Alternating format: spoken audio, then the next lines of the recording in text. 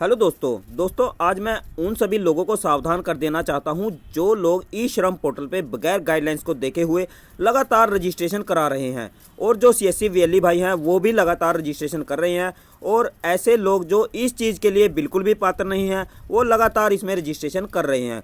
तो दोस्तों इस वीडियो को आप लास्ट तक ध्यान से जरूर देखें। यदि आपने गलत रजिस्ट्रेशन करा दिया है तो आप जल्द से जल्द उसको हटा दीजिए। यदि आप इसमें रजिस्ट्रेशन करा लेते हैं और आप इसके लिए बिल्कुल भी पात्र नहीं हैं तो आने वाले समय में आपको इसका नुकसान उठाना पड़ सकता है। तो दोस्तों चलिए मैं आपको बता देता हूं क्या कुछ नुकसान आपको उठाना पड़ेगा और इसके साथ मैं आपको यहां पे दिखा भी दूंगा कि आपको किस तरीके से यहां पे जो रजिस्ट्रेशन के बाद नुकसान है वो किस प्रकार से होगा। तो दोस्तों चलिए मैंने यहां पे एक कैंडिडेट का रजिस्ट्रेशन कर रहा था तो यहां पे आप देख सकते हैं मैं सेकेंड स्टेप पे आया हुआ हूँ। जैसे ही आप आधार नंबर वेरिफिकेशन कर लेते हैं उसके बाद आपके सामने इस प्रकार से पेज खुल जाता है और यहाँ पे आप देख भी सकते हैं, मैं आपको दिखा भी देता हूँ। यहाँ पे मैंने सेकंड स्टेप पे रोक लिया है।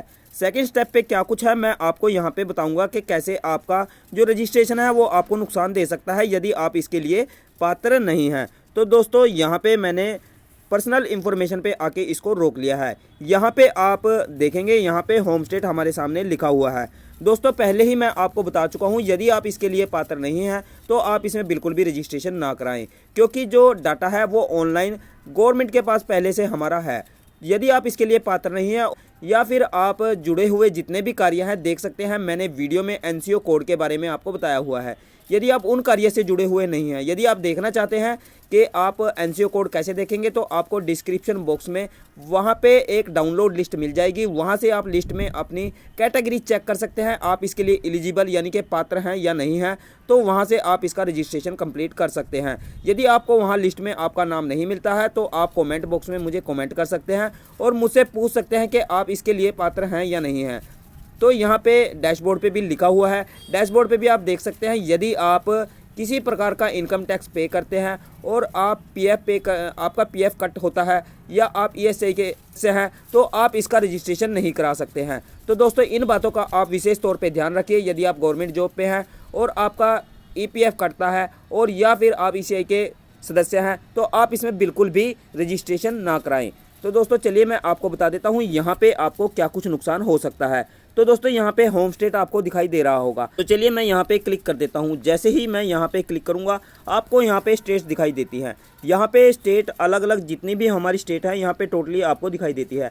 तो चलिए मैं यहाँ पे एक स्टेट जैसे कि मेरी होम स्टेट हरियाणा है तो मैं यहाँ पे हरियाणा सेलेक्ट कर देता हूँ।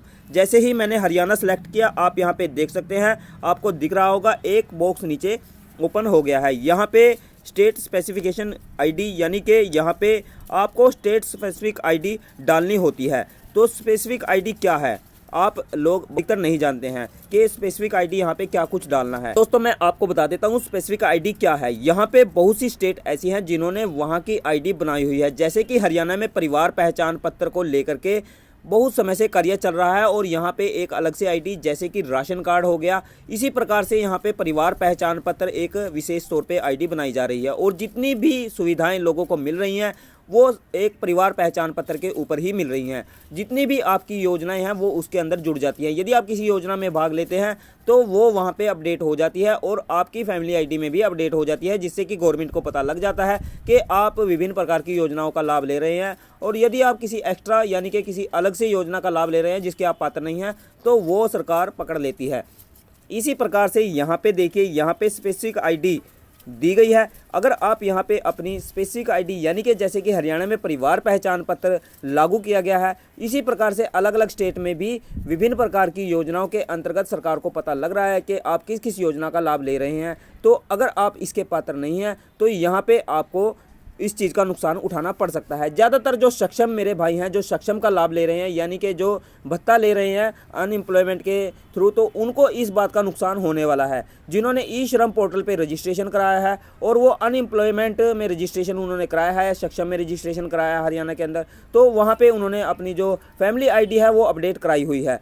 तो इस प्रकार से जो सक्षम युवा है ई श्रम पोर्टल पे रजिस्ट्रेशन करा रहे हैं ताकि वो योजनाओं का लाभ ले सके, तो उनको बड़ा नुकसान हो सकता है क्योंकि वो अगर अपना कार्य शो करते हैं तो वो अनएम्प्लॉय में शो नहीं होंगे और उनका जो कार्य है वही शो होगा, यानी कि वो ई श्रम पोर्टल पे रजिस्ट्रेशन करा लेते हैं। इसी प्रकार से बहुत से ऐसे कैंडिडेट हैं जो विभिन्न योजनाओं का लाभ ले रहे हैं और वो ई श्रम पोर्टल पे रजिस्ट्रेशन करा लेते हैं, विभिन्न प्रकार का भत्ता ले रहे हैं और ई श्रम पोर्टल पे रजिस्ट्रेशन करा लेते हैं, तो उनको भारी नुकसान का सामना करना पड़ सकता है। तो दोस्तों ध्यान से, बिल्कुल ध्यान से आप कार्य कीजिए और जो CSC VLE भाई हैं वो रजिस्ट्रेशन कर रहे हैं वो कैंडिडेट से क्लियर कर ले कि उनको रजिस्ट्रेशन करना है या नहीं करना है और वो किस किस कार्य को करते हैं, वो इसके लिए पात्र है नहीं है, उनसे एक बार बात जरूर कर ले, उसके बाद ही रजिस्ट्रेशन करे, ताकि आने वाले भविष्य में उनको भी किसी प्रकार का नुकसान ना हो, जिससे कि वो आपको इस बात के लिए झगड़ा ना करे और आपको इस बात का नुकसान ना उठाना पड़े। तो दोस्तों इस बात को आप ध्यान में रखेंगे तभी आप रजिस्ट्रेशन कंप्लीट करेंगे। तो दोस्तों अगर वीडियो अच्छा लगा हो, जानकारी अच्छी लगी हो तो वीडियो को लाइक और शेयर जरूर कर दें, और अगर चैनल से दी गई जानकारी आपको पसंद आए तो चैनल को सब्सक्राइब करके रखें, ताकि आपको ऐसी ही जानकारियां लगातार मिलती रहें और आप लगातार अपडेट रह सके। तो धन्यवाद दोस्तों, फिर मिलता हूं एक नई वीडियो नई जानकारी में, तब तक के लिए जय हिंद, जय भारत, वंदे मातरम।